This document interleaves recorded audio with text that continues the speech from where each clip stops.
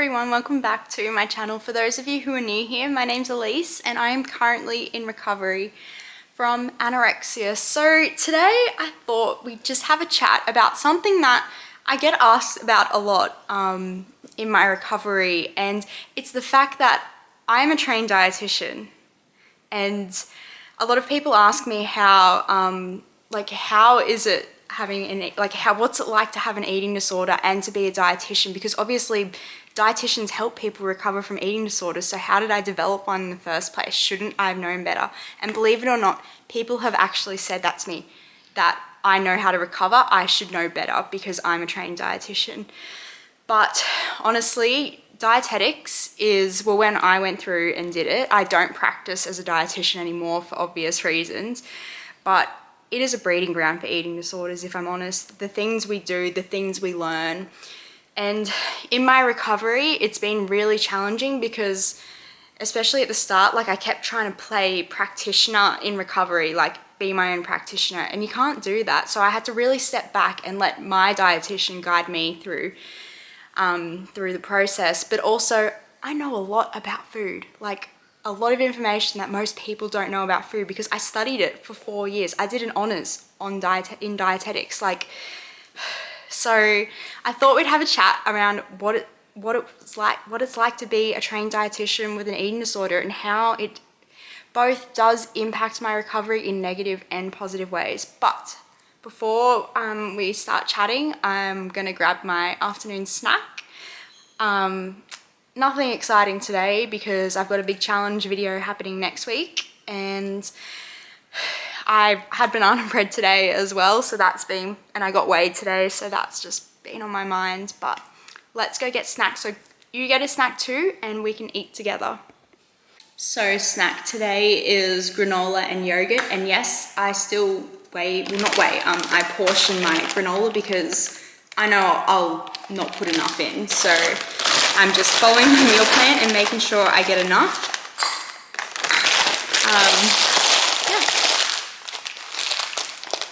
And yeah, I hope you noticed my earrings as well. They match my logo. They're little rainbows, so I thought they were really cute when I found them. So yep, we've got granola and we've got some yogurt. So that's what snack's going to be today.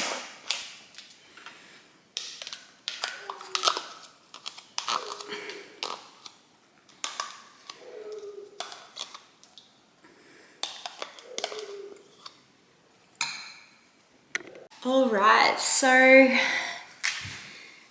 I'll start from the start. So as you know, I've had my eating disorder for a very long time. Mum and I were actually talking about it a little while ago, and I developed really young. I was 10 when I got my period, and obviously your body changes during that time. And so I don't think I coped very well with the changes in my body because no one else my age was changing like that.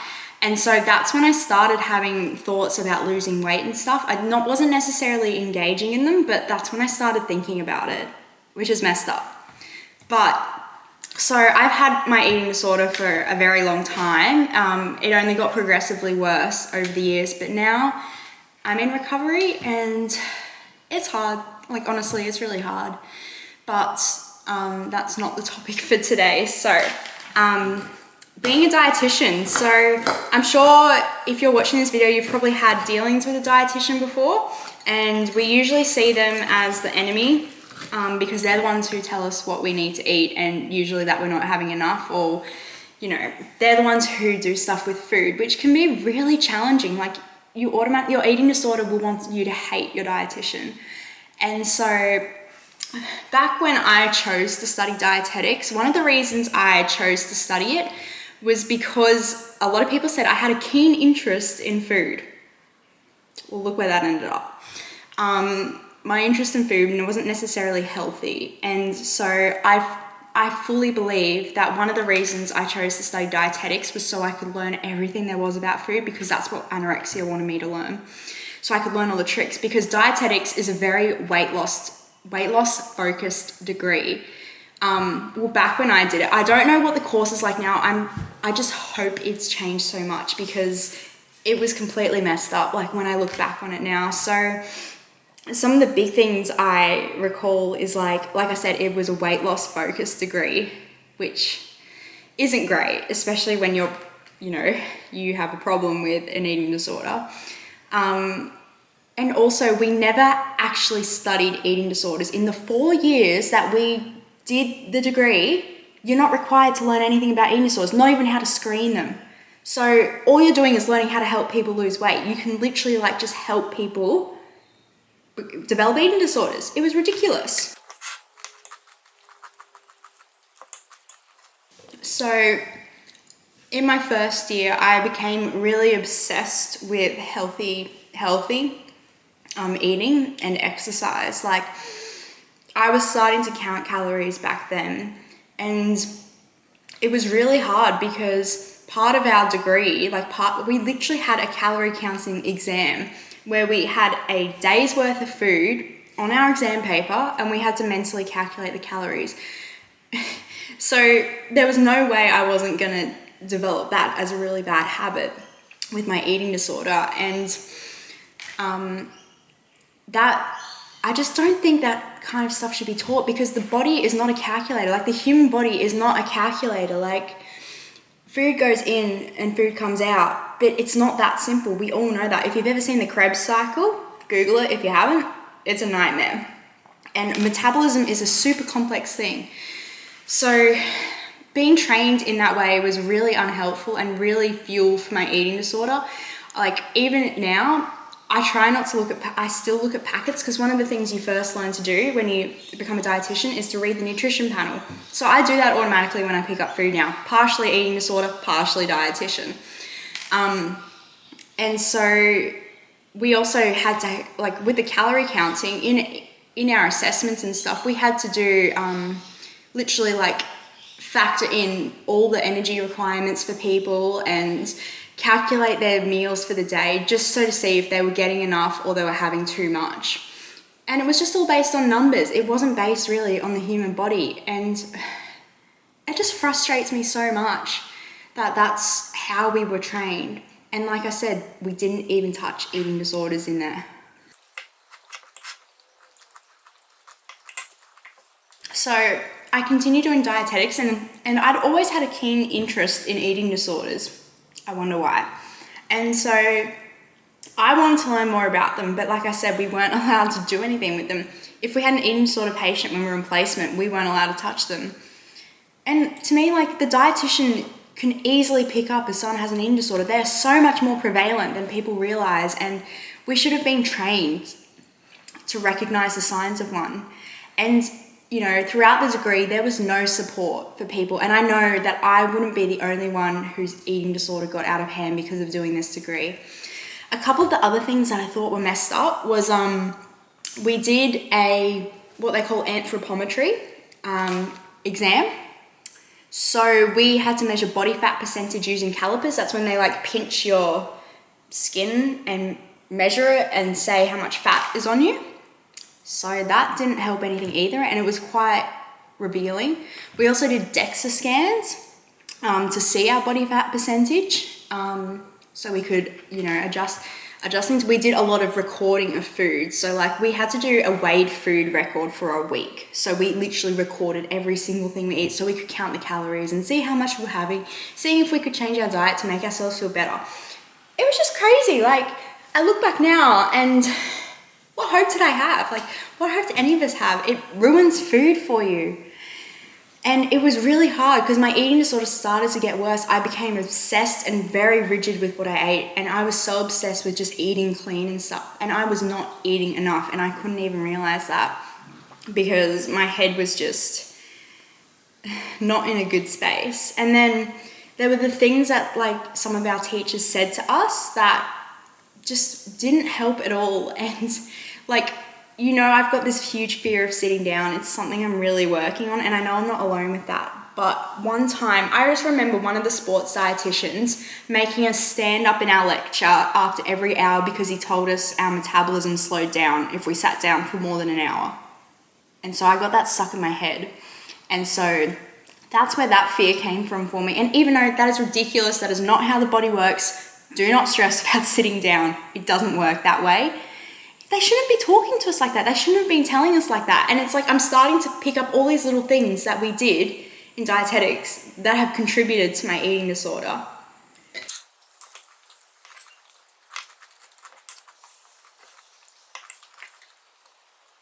And then there's all the nutrition knowledge that you have. So obviously when weight loss was the focus, most of the focus of the degree, like a lot of our case studies were on weight loss, a lot of patients you saw were about weight loss.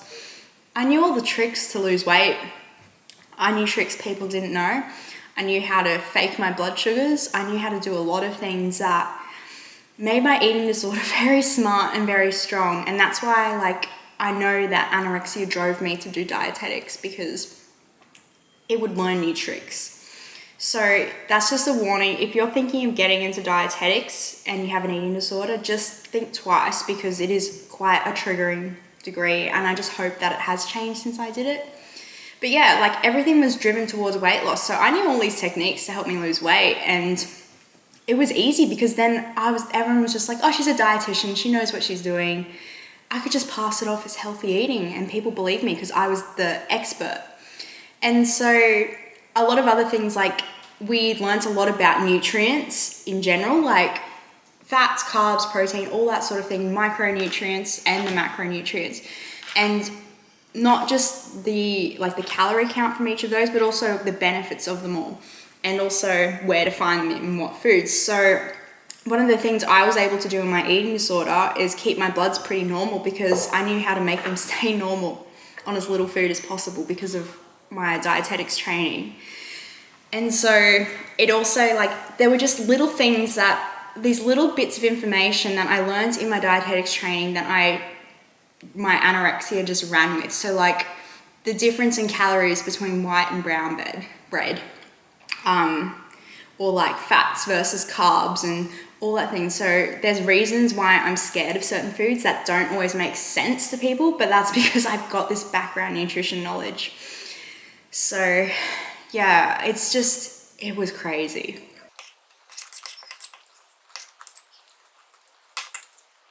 But now I'm in recovery. I haven't practiced dietetics for years now, and